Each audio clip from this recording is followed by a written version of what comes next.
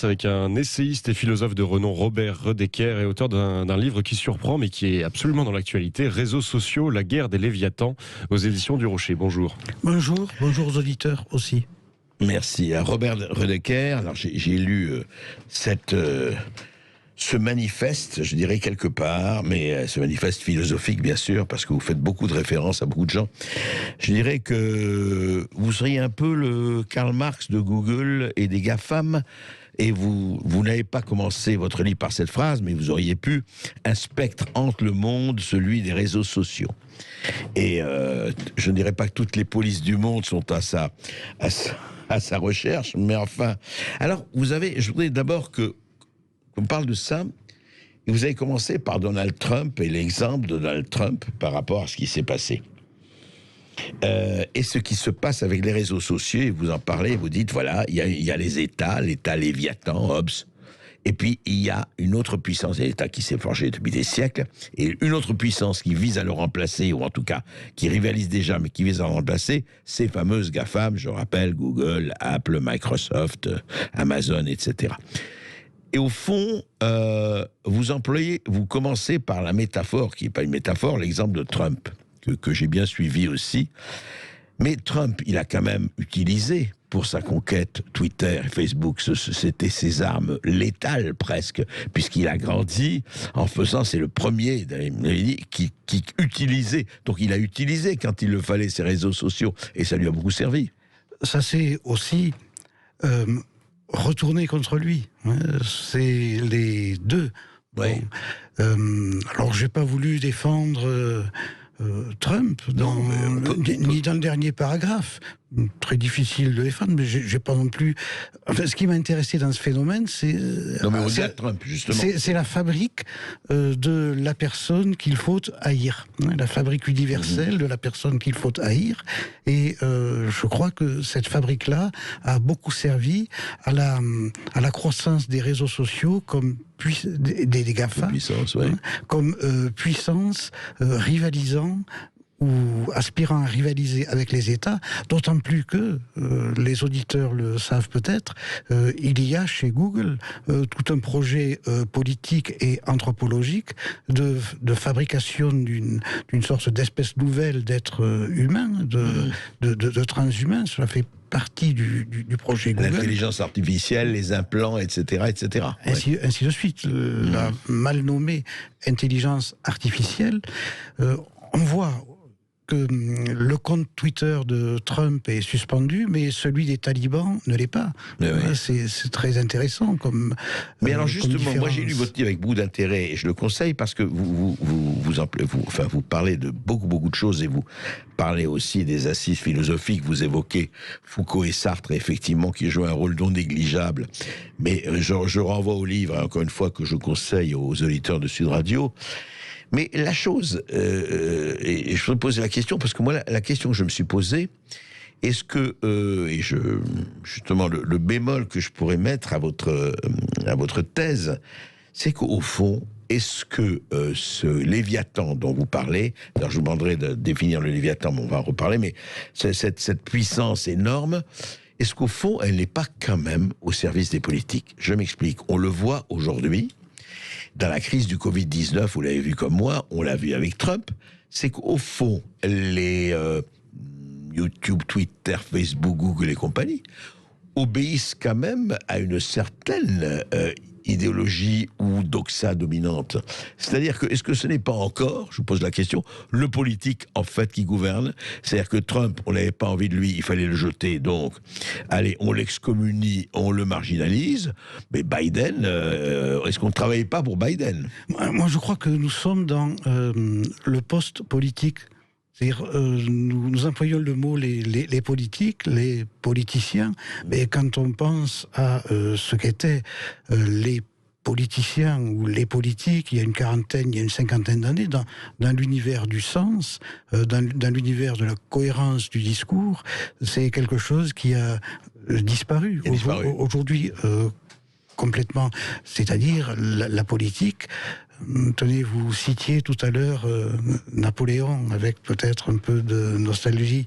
Oui. Ça, c'était de la politique. Il y avait un projet. C'est clair. Il y avait un projet universel. Aujourd'hui, nous sommes plutôt dans l'ère du vide et dans le présent liquide. Ce que l'on appelle les politiciens sont des gens désormais à courte vue, court-termistes, arc-boutés sur leur carrière sans véritablement de projets de haut vol. Donc on est dans le post-politique, mais il en est de même, hélas, des masses. Alors souvenez-vous, il y a 50 ans, 60 ans, le Parti communiste, par exemple, c'était quelque chose. Et c'était quelque chose dans les masses. C'est-à-dire, là aussi, le sens... C'est un parti populaire, voilà, au populaire, sens vrai du terme. mais le RPR aussi était un parti populaire. C'est-à-dire, le sens et l'histoire étaient vécus par les masses qui avaient qui participaient profondément à la fabrique de l'histoire. Cela a disparu, et c'est pour cela que, de cette façon-là, que je peux vous dire que nous sommes dans une ère post-politique. Castoriadis avait parlé de montée de l'insignifiance. Vous vous souvenez, votre ami Castoriadis, nous sommes dans l'insignifiance, où les politiciens d'aujourd'hui sont dans l'insignifiance, d'où le fait qu'ils peuvent très bien se renvoyer la balle avec Twitter, les réseaux sociaux, les GAFA, etc., réagir à l'instant même. C'est vrai, mais on va en parler. Est-ce que les GAFA, justement, n'ont pas... ce ne sont pas eux qui sont devenus, mais quand je dis les GAFA, les oligarques, les milliardaires, au sens du terme, je ne fais pas de l'anti-milliardaire primaire, mais on veut savoir, justement, on va creuser avec vous, Robert Redeker, quelles sont les puissances qui ont remplacer ou qui vise à remplacer justement la politique ou les politiciens d'antan. Vous avez vu, le sujet vise large et on parle des réseaux sociaux jusqu'à 14h avec vous qui nous appelez au 0826 300 300. Et je rappelle que votre livre sort aujourd'hui. Réseaux sociaux, la guerre des Léviathans, édition du Rocher. Redeker est sur tous les réseaux sociaux, effectivement. Qu'est-ce qui se passe? Un livre très intéressant sur la guerre des Léviathans, la guerre des puissants, que ce soit l'État d'un côté ou effectivement ces GAFAM de l'autre que l'on connaît. Alors, Robert Redeker, vous dites justement, l'avènement, vous dites que c'est une rupture profonde, anthropologique, philosophique, vous le racontez d'ailleurs avec moult détails et précisions dans votre livre, sur cette espèce d'arrivée, justement, il y a 20 ans maintenant, ça fait pratiquement 20 ans, ces réseaux sociaux, Internet, Twitter, Facebook, Instagram et autres, et plus si affinité. Et vous parlez justement du parc humain connecté, du titre, le titre est de... Sloterdijk, un philosophe allemand, Peter Sloterdijk. Voilà, exactement. Règle pour le parc humain. Règle pour le parc humain, effectivement. L'individu déprivatisé, etc. Mais alors là, je vais jouer évidemment toujours non pas l'avocat du diable, GAFAM, mais à l'aune de ce qui se passait avant, quand vous dites l'ère de l'individu, mais aujourd'hui, nous avons aussi deux types de monde, et vous le savez, vous avez la Chine, par exemple, où Internet est puissamment, je dirais, contrôlé, vous avez les dictatures, vous connaissez, vous avez les extrémismes, et vous avez été malheureusement bien placé à un moment donné pour le savoir, les intégristes et tout ça, c'est le véritable totalitarisme. Est-ce qu'il a vraiment besoin, alors il utilise évidemment les réseaux sociaux, on le voit, et avec quelle ferveur, mais est-ce que depuis toujours il n'y a pas eu tentative de tous les pouvoirs, quels qu'ils soient, et des technologies qu'ils avaient à l'époque pour avoir des moutons face à eux? Mais bien sûr, même l'empereur, l'admirable Napoléon, dont on parlait tout à l'heure, voulait avoir les Français pour lui. Et quand on lit Musset, la confession d'un enfant du siècle, Musset dit que les femmes en 1805 en France enfantaient pour donner des soldats qui allaient mourir à l'empereur. C'est donc un sacrifice à l'ancienne. Et donc il y avait bien sûr une mise en condition, mais il me semble que ça avait un sens. Ou bien, souvenez-vous, Maurice Barrès, qui est pourtant un auteur parfois très intéressant, Bien un toit sûr. extraordinaire dans Les Déracinés, où Tout à fait. la scène sur Napoléon et Napoléon professeur d'énergie est magnifique, et Maurice Barrès était appelé le rossignol des tranchées, puisque depuis Paris, à travers la presse, il appelait « allez vous faire tuer dans les tranchées, allez vous faire tuer ». Donc la Mourir pour la patrie, le sort le plus beau. Enfin, oui, etc. mais c'est peut-être vrai. On peut, en plus. on peut se poser la question. Voilà. Mais et donc il y avait eu une mise en condition généralisée. Mais alors, par rapport à ça, justement, cette mise en Mais là, c'est condition autre chose. qui est là depuis des siècles, qui a toujours existé, quelle est la rupture, quelle est la nouveauté qu'introduisent les réseaux sociaux? Je crois que nous avons une transformation de l'être humain avec une destruction de l'espace de l'intériorité, de l'espace de la réflexion. C'est lié à la notion de temps, de l'immédiateté, de ce que les médias appellent le temps réel. Enfin, le temps réel, c'est en fait la disparition du temps, et l'intériorité, la réflexion a au contraire besoin comme ça, du temps. Et donc nous avons aussi un type d'être humain qui doit être transparent, plat comme une vitre, qui n'aura plus, cela c'est un effet de la moraline des réseaux sociaux, qui n'aura plus de jardin secret, qui ne peut plus avoir de double vie ni de triple vie. Oui, vous voulez dire on va partout, il n'y a plus il y a que de la transparence, il n'y a plus de vie privée, quoi. C'est ce que vous dites, vous dites partout. Il n'y a plus de vie privée, il peut même plus y avoir de domicile privé. La crise du Covid a accéléré cela. De domicile privé, c'est-à-dire où vous êtes chez vous. Alors il y a bien sûr les caméras de surveillance par lesquelles vous croyez pouvoir surveiller l'entourage. Mais ils ne sont pas dans la maison, Robert Redeker, la caméra. Si. Dans votre appartement, il n'y a pas de caméra. Enfin, désormais, les caméras sont chez vous, sous prétexte que vous allez sécuriser votre propre domicile. Mais en fait, tout ça est centralisé, et vous croyez surveiller, mais en même temps, les caméras vous surveillent, vous. De même, la domotique, c'est-à-dire on va tout faire à votre place. Vous pensez à un morceau de musique, eh bien, Alexa l'enclenche immédiatement. Oui, vous demande ça. Je demande à Alexa et elle me l'envoie le numéro. Voilà. Ouais. Vous allez dans une pièce, la lumière s'allume toute seule, la porte, etc. Donc là, c'est le domicile privé qui était un refuge, comme l'intériorité, qui disparaît complètement. Et cela, c'est effectivement un tournant anthropologique. Bon, et c'est l'invention. Alors de ce point de vue-là, je suis un défenseur de la bourgeoisie. L'homme bourgeois, c'est ça. Si vous voulez. C'est celui qui a le secret, enfin, qui peut garder le secret. C'est une invention de la bourgeoisie. Oui, du temps de l'aristocratie, tout le monde voyait tout et vous déféquiez en public. C'est ça. C'est vrai que c'était une liberté, enfin, un peu spéciale. Et l'âge bourgeois se termine par l'effet des réseaux sociaux qui sont très anti-bourgeois, vous savez, où les GAFAM, etc., disent « mais nous sommes le progrès, nous sommes l'avenir, nous sommes au-delà de tout ce qui se fait ». Ça veut dire que nous sommes au-delà de l'homme tel qu'il a été constitué par l'âge bourgeois. Alors justement, mais qui dit bourgeois, est-ce que, au fond, encore une fois, c'est très intéressant d'en débattre avec vous. Qui dit bourgeois, est-ce qu'il ne dit pas aussi hypocrisie? Après tout, vous le savez très bien, car dans ce qu'on appelle l'univers bourgeois, depuis des siècles, il y avait effectivement ce qu'on montrait, ce qu'on ne montrait pas, mais quelquefois, ce qu'on ne montrait pas était très peu reluisant dans l'incohérence entre le discours et l'action.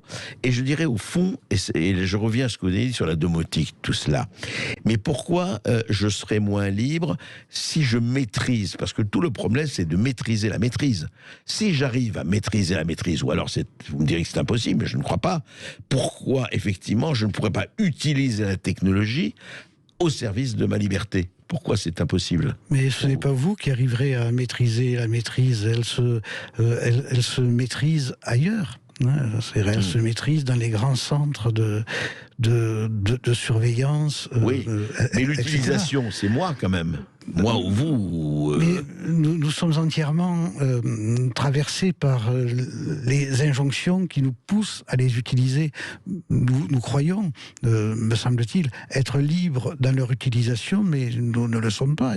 Moi-même, J'ai beaucoup de présence sur Twitter ou Facebook. Oui. Je crois être libre. Vous l'êtes ou vous l'êtes pas? Je ne crois pas. Franchement, vous ne croyez pas. Je ne crois pas. Mais c'est vous qui utilisez. Attendez, non, mais c'est intéressant, Robert Rodecker. C'est vous qui décidez d'utiliser, de faire un tweet, de tweeter ou d'utiliser Facebook quand vous voulez. C'est vous. Non. C'est pas vous. Non, je réagis à des choses. Je crois qu'il y a deux moments. Il y a des moments où je me dis, je vais faire un tweet ou un post Facebook parce que j'ai quelque chose que je trouve important à dire. Voilà. D'autres fois, je me dis, je vais là, comme on allait avant au café du commerce, écouter un peu n'importe quoi, peut-être dire un peu n'importe quoi, sans grande importance, mais je préfère... Lorsque j'étais beaucoup plus jeune, je jouais aux courses, donc j'allais au café du commerce, écouter ce que disaient les gens sur les chevaux, etc. J'aimais les deux vont ensemble. Vous voyez, vous êtes libre quand vous avez des choses à dire. Pardon ? Mais il y a une troisième solution. Allez-y. Ça, c'était les deux aspects. Oui. Et le troisième aspect, c'est que je suis mis hors de moi ou excité dans l'immédiateté, vouloir répondre par colère ou etc. Et là, je ne suis pas libre du tout. C'est-à-dire, en fait, on est libre que quand on agit sur ceux qui dépendent de nous. Et là, ça ne dépend pas du tout. Vous voulez dire, vous êtes piqué, vous réagissez à la piqûre, c'est ça ? Il ne faut pas. Il ne faudrait pas. Ouais. Oui, alors ça c'est intéressant parce que là il ne faut pas vous introduire un critère moral. Je dis pas moraline, mais moral quand même là-dedans. Bien sûr. Et c'est le vrai problème parce que moi, je continue à croire que les réseaux sociaux, c'est le meilleur et le pire, mais ça dépend quand même, vous qui avez connu Sartre et compagnie, ça dépend quand même de votre liberté. Votre liberté est toujours là. Vous vous dites non, la liberté n'est plus là. Nous sommes dans un univers où la liberté est de moins en moins là. Voilà. La liberté, je crois que c'est d'abord la liberté d'abstention. C'est-à-dire la liberté de ne pas participer, dire non, je ne m'en mêle pas. Bon. Mais de plus en plus, c'est le contraire qui se passe. On voit bien. Alors, je ne veux vexer personne, je ne veux pas dire du mal de la société, mais on voit bien que quand on lit tout ce qu'il y a sur Twitter ou Facebook, les gens ne sont pas vraiment libres. Ils croient l'être. Ils ont une conscience de la liberté, de leur liberté, qui est une fausse conscience, en fait. Bon. Il me semble que la liberté apparaît. Dans ce livre, je fais une opposition entre l'opinion publique et l'opinion telle qu'elle se constitue aujourd'hui, que l'on sonde, qui est quantitative. Et l'opinion publique se fonde sur la lecture, et il faut, dit Kant, un public qui lit, sur la réflexion, la discussion, c'est-à-dire un temps. Cela, ça n'existe plus. Mais Robert Rodecker, là vous mettez... Non, c'est très intéressant, on va continuer d'en parler avec les auditeurs et vous.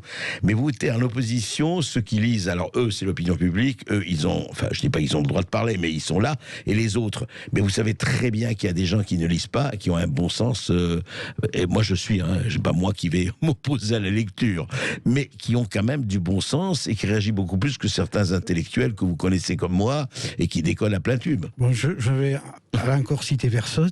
Le bon sens, c'est quelque chose qu'il faut défendre, quelque chose que... alors je le dis dans d'autres travaux que je vais faire, quelque chose que tout un système intellectuel d'aujourd'hui s'acharne à détruire, quelque chose que la déconstruction, à partir des années 70, a cherché à détruire.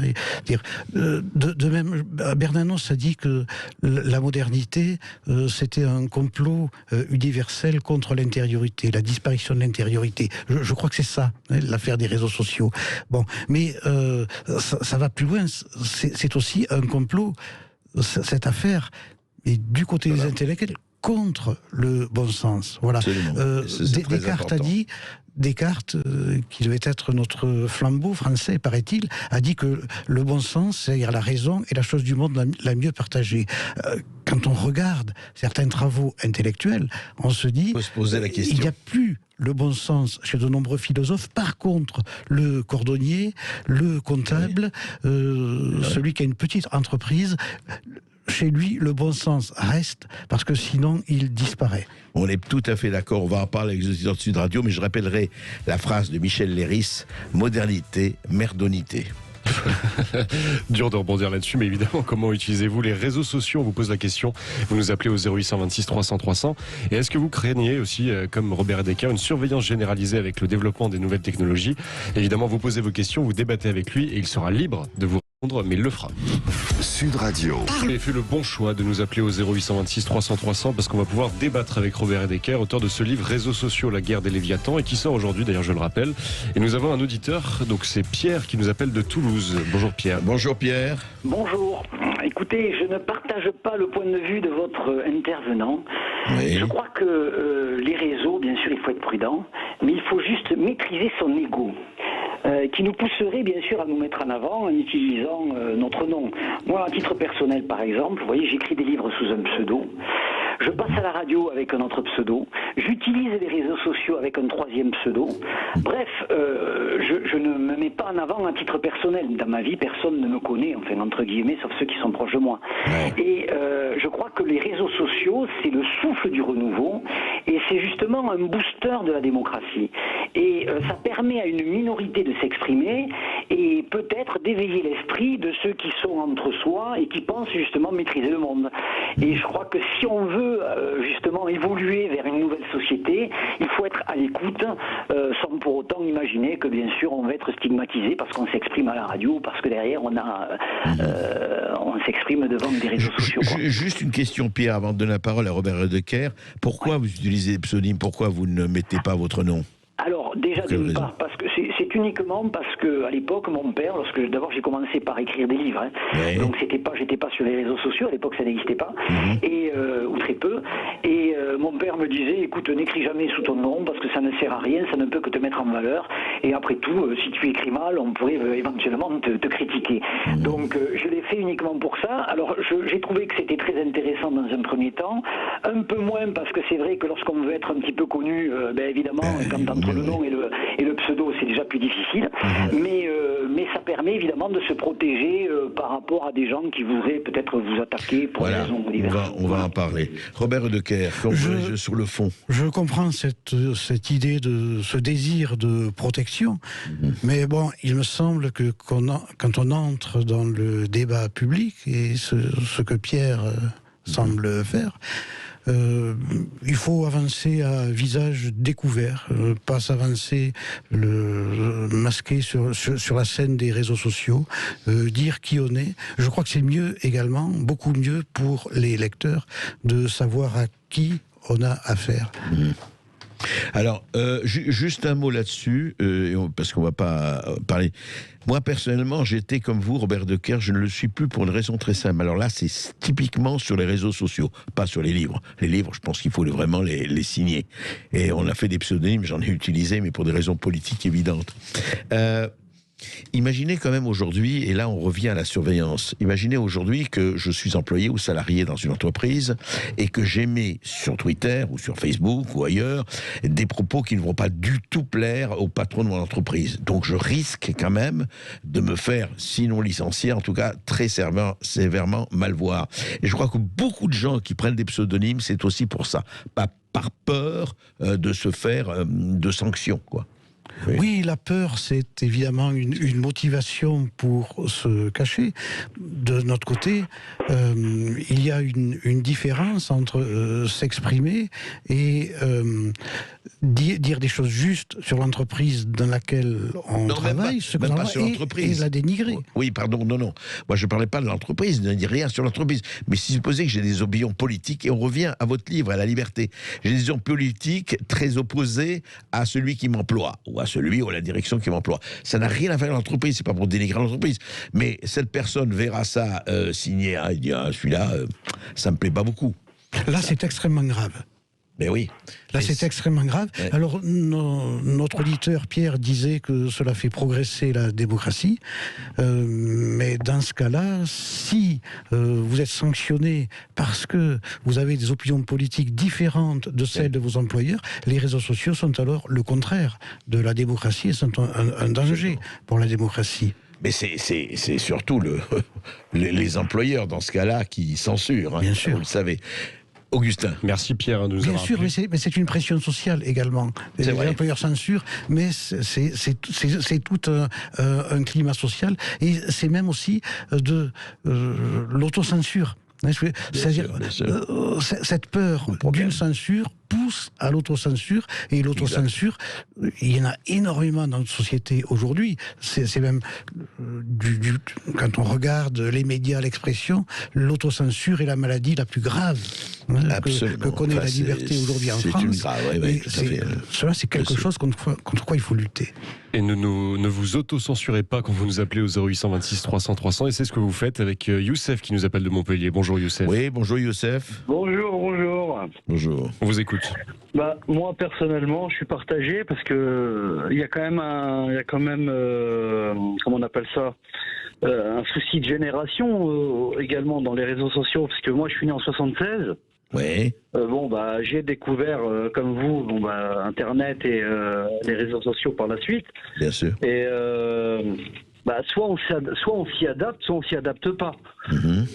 Ceux qui s'y adaptent le plus facilement, c'est bien ceux qui sont nés là après et qui sont nés dedans, on va dire. Ouais. Ils sont nés avec, donc pour eux c'est quelque chose de normal. Pour moi c'est pas forcément quelque chose c'est normal. J'utilise pas trop de réseaux sociaux. Il y a même des choses je sais même pas comment on fait, donc je suis pas trop de technologie. Mais moi je dis quand même qu'il faut faire attention à ce qu'on dit quand même, parce que si on fait de la politique par exemple. On prend un risque. La personne, elle sait très bien que si elle va commencer à parler de choses censurées, à la base, c'est un risque pour elle. Après, voilà. Donc, chacun doit... Chacun prend son risque et voit ce qu'il doit faire. Moi, personnellement, si j'ai des choses à dire, je vais pas utiliser un réseau social, parce que voilà, je sais pas qui va lire derrière. Vous avez je vais pas prendre de risque. Mais Youssef, si vous ne l'utilisez pas, vous allez le dire où? Vous le direz à vos amis, à vos Franchement, connaissances? Et puis, il a un bulletin de vote. Oui, moi, c'est une fois tous les 5 ans, ça. Moi, je suis à l'ancienne. Je regarde mon journal, mon journal télévisé et les journaux, les médias en journaux, quoi. Voilà, je suis pas journaliste, donc je vais pas faire le métier d'un journaliste. Non, bien sûr. Mais si vous les exprimez, si vous avez des choses à dire. Si je devais m'exprimer, ça serait compliqué. Hein. Ah, voyez. Voilà. Pour moi, ça serait compliqué d'entrer dans un réseau social et de m'exprimer. Hein, je comprends. Ouais. Merci Youssef. Augustin. Merci à vous. Hein. Peut-être souhaitez-vous réagir? Écoutez, on se retrouve dans un instant au 0826 300 300 avec Robert Redeker. À tout de suite.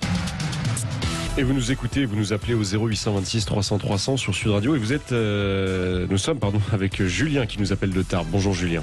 Oui, bonjour Julien. Bonjour à vous, merci de me donner la parole. Du coup, je me permettais de vous téléphoner parce que le sujet est relativement intéressant. J'ai été piqué de curiosité également parce qu'à une certaine époque de ma vie, j'ai été en scolarité avec un enfant de monsieur Redeker. Et du coup, j'aurais voulu réagir parce qu'effectivement, la liberté face aux réseaux sociaux est pour moi une illusion complète. Parce que dans un cadre maîtrisé, ça peut permettre effectivement aux personnes de s'exprimer. Mais le revers de la médaille est de voir la gestion qui est faite de ces réseaux sociaux et justement la création de la liberté apparente. Vu qu'il peut y avoir de la censure, de la critique, vu que ça passe par l'écrit, et que dans les débats, on ne peut pas mesurer l'intonation, la volonté de la personne en face de soi, ça limite fortement l'intelligibilité de tout ça. Et pour moi, la liberté n'est qu'une apparence, elle n'est pas réelle. C'est un vrai contexte qui est à double tranchant. Les réseaux sociaux vont permettre effectivement à une catégorie de personnes de pouvoir s'exprimer entre eux, d'avoir des partages, des informations, des choses intéressantes. Mais du moment qu'on va embrayer sur une autocensure liée à la politique ou une censure par les modérateurs des réseaux sociaux et des choses comme ça, ça ça coupe la liberté d'expression complète et la liberté individuelle. Donc à partir de là, les réseaux sociaux sont devenus, à mon avis, un outil qui permet de manipuler un petit peu l'opinion de masse à travers des sujets qui vont être mis en avant et d'autres qui vont être masqués. Donc on ne peut pas parler de liberté aujourd'hui en utilisant les réseaux sociaux. Alors on peut parler de liberté ou pas, Robert Redeker, par rapport à ce que dit Julien? Oui, bonjour Julien. Donc je vois que nous avons quelque chose en commun. Je ne sais pas trop quoi. Je voulais répondre. Je crois que à l'idée de manipulation des masses, il me semble plutôt que à travers... C'est le contraire de ce qui se passait autrefois, qu'à travers les réseaux sociaux, les masses essaient de s'organiser pour manipuler les pouvoirs ou les médias aussi, et ceux qui ont quelque part une puissance de décision. Voilà. D'où l'écart parfois criant, et l'incompréhension entre une sorte d'idéologie dominante dans certains médias et dans les sphères du pouvoir. Alors on l'a vu avec l'affaire des Gilets jaunes, par exemple. On le voit avec l'affaire du Covid. Avec l'affaire du Covid. Donc l'affaire de Monsieur Trump aux États-Unis. L'affaire de Monsieur Trump. Bien sûr. Voilà, l'écart entre une sorte de pensée dominante officielle qui est celle de la superficie, peut-être de 10% de la société, et ce que les masses pensent ou essaieraient de penser. Alors je ne dis pas que ce que disent les masses ont raison, parce que c'est souvent très confus. Cela charrie parfois, alors on l'a vu dans les manifestations contre le pass sanitaire, cela charrie parfois des choses très très désagréables à constater. Oui, exceptionnel. Oui. Mais voilà, mais il y a cet écart. Il me semble plutôt que les masses essaient d'influencer à travers les réseaux sociaux, qui est alors leur seul moyen d'expression, donc parfois très confus comme on l'a dit, ceux qui décident d'une part et essaient d'être une contre-parole à une idéologie officielle. Leur contre-parole que l'on cherche toujours à censurer. Mais non, vous ne pouvez pas dire ça, mais non, vous ne pouvez pas dire ça, mais non, vous ne pouvez pas dire ça. Donc quel est le degré de liberté du moment qu'on ne peut pas dire quelque chose sans affirmer que alors Julien, oui, alors je vais vous dire, je voudrais continuer ce qu'a dit Robert Redeker, mais par rapport à ce que vous dites, moi je crois que, attendez, je vais vous dire, les réseaux sociaux aujourd'hui, pour le meilleur et pour le moins bon, c'est 20 fois plus intéressant, 200 fois plus révélateur que les sondages. Et quand je dis ça, c'est clair. On est entièrement d'accord. Voilà, c'est-à-dire que la parole qui sort des réseaux sociaux, encore une fois, je ne fais pas de jugement moral là-dessus. Deuxièmement, et vraiment sur le fond, c'est quoi? C'est le clergé, la noblesse et le tiers-état. Si on croit que c'est fini, ça n'a jamais été aussi puissant et présent. Vous avez le clergé politico-médiatique, vous avez la noblesse industrialo-capitaliste, oligarque, et puis vous avez ce tiers-état qui est très morcelé, ça n'a rien à voir, hein. Comparaison n'est pas raison avec 1788. Mais, si vous voulez savoir ce qui se passe, encore une fois, dans le bon, dans le mauvais côté, eh ben heureusement qu'il y a les réseaux sociaux. Sinon, ce n'est pas dans le clergé politico-médiatique, ce n'est pas à la noblesse capitalo-administrative que vous allez avoir ce qui se passe dans votre pays ou ailleurs. On le sait. Julien. Donc, comme il y a encore une quarantaine d'années, pour savoir le café du commerce. Absolument. Donc, qui n'existe plus, très sympathique, qui n'existe plus, où l'on entendait tout et n'importe quoi. C'est très, très intéressant. Ou bien les marchés. Ou les marchés, absolument. Ou les marchés, dans un petit village du Lauragais, je vais encore sur le marché, voilà, et l'on entend ce que le clergé dont vous parliez, ce clergé ne soupçonne peut-être même pas l'existence. Même pas, absolument. Bah, il vit à des kilomètres d'allées-lumière du marché du Lauragais, donc il ne sait pas. Et là, il peut se renseigner un peu. Augustin. Julien, vous vouliez peut-être répondre... un dernier élément, effectivement, parce que quelle est la pertinence... Alors, ça a double tranchant, ça permet effectivement de peut-être amener des contre-opinions au niveau de la masse et de faire émerger ces informations. Par contre, quelle est la véracité d'un outil qui est mis à disposition du tiers-État par la bourgeoisie initialement? C'est moi la question que je me pose quand même, parce offrir au tiers-État une libre parole totale émanant d'un souhait de la bourgeoisie, je mets en doute... alors n'oubliez jamais, Julien, que Karl Marx et Engels étaient de très bons bourgeois. N'oubliez jamais qu'à un moment donné, ça commence comme ça. Croire que ça ne se passe que dans l'entre-soi, c'est jamais ça. Et dans la Révolution française, beaucoup des gens les plus importants... Les États généraux. Les États généraux, c'était quoi? C'était les bourgeois qui l'ont fait. Après, à vous d'utiliser l'arme. Et puis vous dites, quel est, juste un mot, quelle est la vérité par rapport à ça? Enfin, ce qu'on peut exprimer. Mais ce qu'on peut exprimer, justement, c'est ce qui échappe, si vous voulez, à la doxa. Et c'est pour ça que ça les emmerde. Et c'est pour ça, quand Robert Redeker parle de censure, qui censure? Qui censure? Eh ben, c'est les patrons du GAFAM, c'est le pouvoir. Regardez ce qui se passe dans un certain nombre de journaux, ou de radio, ou de télévision. Et vous conclurez par vous-même. Robert, si vous voulez ajouter quelque chose. En tout cas, merci pour ce temps d'échange.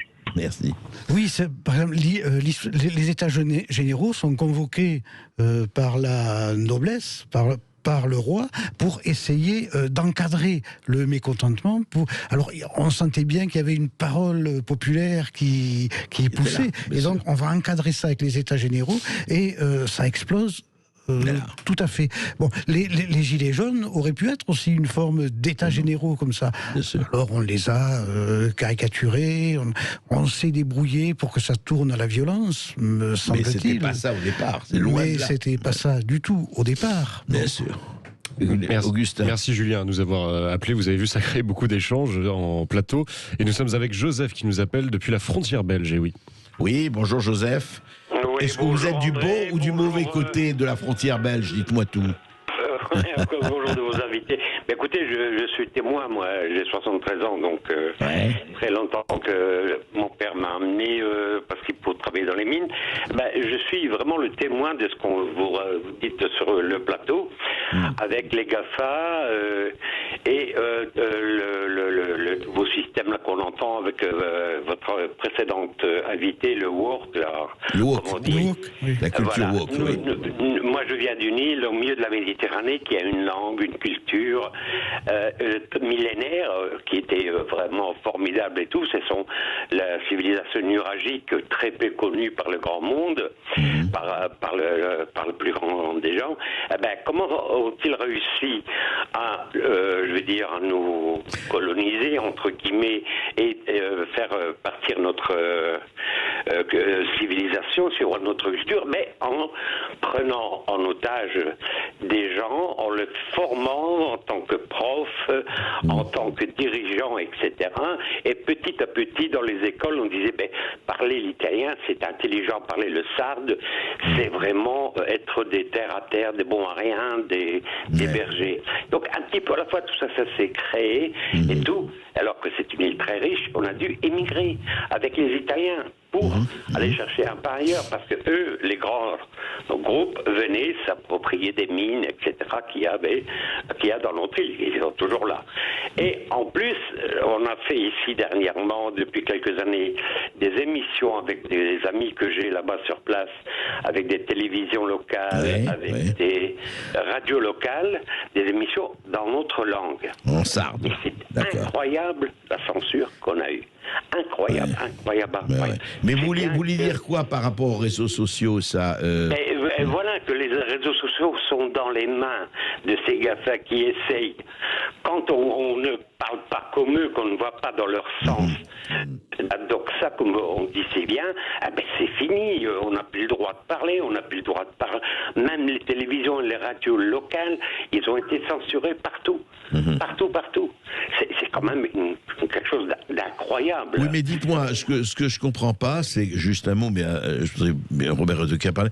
Je comprends pas parce que dans les réseaux sociaux, on peut parfaitement créer des plateformes en sarde ou en breton, etc. Aujourd'hui. eh ben voilà, ça vous permet au contraire, parce qu'il ne faut pas trop d'argent, il ne faut pas trop de moyens pour créer une web télé, vous voyez. Mais on l'a fait, mais on l'a pas fait avec les réseaux sociaux habituels que nous connaissons ici en France, etc. On a pris des réseaux sociaux qui viennent directement des pays de l'Est ou de l'Asie, et c'est grâce à eux qu'on est libre aujourd'hui de continuer à parler notre langue, notre culture, de parler de nous librement. Et là, on n'est pas censuré. D'accord. Robert Redeker. Bon, ça c'est... D'abord, je suis un grand défenseur depuis toujours des langues régionales, en particulier de l'occitan, mais depuis toujours, qui a été une langue d'enfance avec l'allemand pour moi, puisque mes parents sont allemands tous les deux. Bon. Et il y a, où on a sur Facebook ou Twitter des échanges en occitan, ça existe. Hein. C'est pas du tout censuré par les algorithmes. Alors, on pourrait même penser que si vous voulez dire des choses un peu en dehors du politiquement correct, je ne suis pas sûr que, si vous les dites en occitan, en breton ou en basque, je ne suis pas sûr que les algorithmes vous les suppriment. Il n'est pas certain que les algorithmes connaissent ces langues minorisées. Mais voilà un Robert Redeker, défenseur des réseaux sociaux. Non, pas défenseur des réseaux sociaux, mais du tout, puisque anthropologiquement, enfin, je sais ce que c'est. Il y a des enjeux métaphysiques, politiques, etc. Mais dans tout, il y a toujours quelque chose d'intéressant. Des marges de manœuvre. Voilà, exactement. Des failles dans lesquelles on peut s'infiltrer, et un peu de liberté que l'on peut récupérer, mais ça ne change rien sur le fond. Un peu de défaut dans la cuirasse, un peu de talon dans l'Achille. Écoutez, si vous voulez éviter la censure, en tout cas, vous pouvez parler occitan sur les réseaux sociaux ou nous appeler au 0826 300 300. On se retrouve dans un instant. Reste dans le sud avec Angèle qui nous appelle de Marseille. Bonjour Angèle. Bonjour Angèle. Oui, bonjour Monsieur Berkoff, bonjour messieurs. En fait, je souhaitais faire un commentaire concernant le livre dont a parlé la dame tout à l'heure, destiné aux petits-enfants, elle a précisé. Oui. Donc, au-delà du problème de racisme, moi je vais aller plus loin. Je pense que comment peut-on proposer à des petits-enfants des livres où il est question de violence? Bon, ça déjà, pour moi, c'est un gros problème. Et je pose la question à tous ces éditeurs, quand allons-nous foutre la paix aux enfants avec des problèmes d'adultes que ces mêmes adultes n'arrivent plus à gérer? Donc moi, je suis pour qu'on foute la paix dans tous les domaines aux enfants. Voilà. Parce que je pense en plus que ces éditeurs et ces écrivains, en fait, ces messages sont passés aux parents via les enfants. C'est-à-dire qu'on se sert des enfants, on fait des livres pour les enfants, pour que ce soit les parents qui en prennent connaissance. Donc pour moi, c'est très pernicieux. Voilà. Donc ça, c'est ce que je voulais dire. Et je voulais dire simplement concernant les réseaux sociaux, je voulais conseiller à tous les candidats à la présidence de la République de prendre leur petit bâton de pèlerin, leur 4L ou leurs 2 chevaux et de sillonner toutes les routes de France pour aller rencontrer les gens et non pas passer tout le temps par le filtre réseau social ou par le filtre médiatique. Les deux sont aussi importants les uns que les autres. Et c'est même encore plus important de rencontrer les gens directement, puisque les gens pourront s'adresser à eux sans aucun filtre, sans peur et sans être censurés. Angèle, vous parlez d'or, je dirais, vraiment. Écoutez, nous avons d'autres appels. Merci Angèle de nous avoir appelés. Je voudrais lui répondre, parce que c'est quand même très intéressant. On peut peut-être opposer Jean Lassalle, qui a essayé quelque chose comme ça, au grand débat de notre actuel président, après les Gilets jaunes, pour les rouler dans la farine, hein, quelque chose, parce qu'il n'en est rien sorti, et puis tout a été oublié. Et Emmanuel Macron n'a rien appris du grand débat de ces rencontres avec ce qu'on appelait les gens de la France d'en bas, Périphérique. ça lui a simplement permis de parader et de laisser croire qu'il avait beaucoup plus de bon sens et qu'il était beaucoup plus intelligent que ses interlocuteurs. Ce dont parle Angèle, c'est de la rencontre entre un homme. Ça a été le général de Gaulle, je crois, par exemple, de la rencontre entre un homme et un peuple dans sa réalité, dans sa matérialité. C'est le premier point sur lequel je voulais lui répondre, et en l'approuvant, et lui répondre aussi sur le second. En effet, on essaie de convertir à une sorte d'idéologie woke les parents à travers les enfants. Et cela, c'est pas nouveau. Ça a déjà existé dans la RDA. La sinistre RDA, voilà, où, dans laquelle les enfants étaient même poussés à dénoncer leurs parents lorsque leurs parents avaient des conversations qui n'étaient pas dans l'idéologie dominante. Voilà. Et certains éditeurs, et même, je suis obligé de le reconnaître avec beaucoup de tristesse, certains instituteurs ou professeurs essaient de faire en sorte que les enfants influencent les parents à travers ces leçons-là de l'école. En particulier, alors, sur des thèmes très très simples, de type écologique, le tri des déchets, etc. Je vois beaucoup d'enfants faire la leçon à leurs parents à partir de ce qui leur était dit à l'école. C'est vrai. Il faut le souligner. Ça rappelle votre chère Greta, André. Je peux juste rajouter un truc ? Allez-y. Juste, ça va très vite. Je voulais simplement dire que quand moi, il m'arrive de choisir un livre pour un enfant, quand je vais dans les librairies, malheureusement, je ne peux que reconnaître qu'il y a au moins 50% des bouquins qui, franchement, ne concernent pas les enfants. Ils s'adressent aux enfants, mais en fait, ils s'adressent aux adultes. Oui, c'est un vrai problème qui est soulevé là. Merci, Angèle. Et c'est en adulte que vous nous appelez tous au 0826 300 300. Et nous sommes avec Abdel qui nous appelle du Loiret. Bonjour Abdel. Oui, bonjour Abdel. Bonjour Monsieur Berkov, bonjour à tous. On vous écoute, Abdel. Bah écoutez, moi je voulais intervenir sur les réseaux sociaux. Je ne sais pas si sur le plateau vous avez lu Homo Deus de Yuval Noah Harari, du futur, où là on nous déballe réellement. Vous savez, j'ai envie de dire que c'est le tome 2 de Orwell. Là où on est réellement en train de exactement construire ce qu'on devrait penser, comment penser, j'ai envie de dire que c'est là où sévissent tous les mercenaires de l'idéologie future d'un régime où qu'il soit. Donc, on voit très très bien comment ça s'est passé dans les printemps arabes, ça s'est très très mal passé d'ailleurs, on voit bien ce qui se passe. Et moi, je ne serai ni en porte-à-faux avec les réseaux sociaux, ni pour. J'ai envie de dire qu'il faut nuancer un peu. Parce que c'est certain qu'elle va nous donner une réelle liberté. Par exemple, comme les émissions, par exemple, on peut regarder et re-regarder tout ce que vous faites sur Sud Radio. Moi, je vous ai découvert grâce à YouTube. On va pas se mentir. Mais au moment où YouTube va commencer à censurer des vidéos de transport, par exemple. Parce que moi, je les regarde tous. Et à ce moment-là, je vois des vidéos qui sont en train d'être rediffusées parce qu'à un certain moment, YouTube a décidé que il y a des vidéos qui partent contre leur pote Macron, par exemple. Ben là, ça devient de l'Orwell avec une puissance numérique.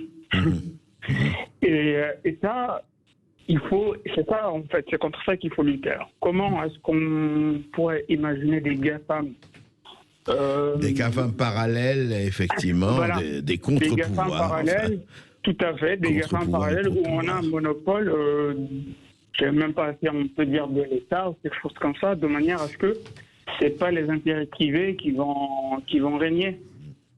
Si on part dans ça, je pense que là on rentre vraiment dans Orwell, quoi. Absolument. Alors j'aimerais, Youssef, que Robert Redeker vous réponde. C'est vrai qu'il pose le problème et on voit bien. Et c'est tout ce dont vous parlez dans votre livre aussi. C'est-à-dire qu'il y a cette toute-puissance, mais il y a le monopole. Comment créer des contre-pouvoirs à ces soi-disant contre-pouvoirs? Ce sera très je veux pas paraître pessimiste, mais le problème s'est déjà posé une première fois. En 1981, au moment de la victoire de François Mitterrand, avec la question des radios libres.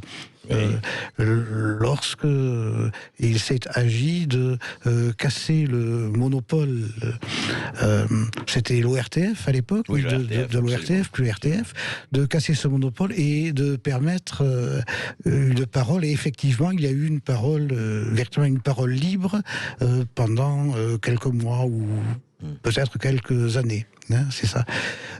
Puis sont arrivés là-dessus des grosses sociétés capitalistes qui ont voulu mettre la main sur l'audition des radios et également sur ce qu'il s'y dit et ce qu'on y passe. C'est ce qui s'est passé. Voilà, et c'est effectivement ce qui est arrivé. Le souffle de liberté s'est retourné. Il y a eu une multiplication des radios, en effet, mais un appauvrissement du contenu et le contenu qui est entré dans un modèle. C'est un problème extrêmement difficile. La langue de Zop, le meilleur et le pire, mais lisez le bouquin de Robert Decker, lisez cet essai, Les réseaux sociaux, la guerre des Léviathans. Beaucoup de choses à dire et à apprendre.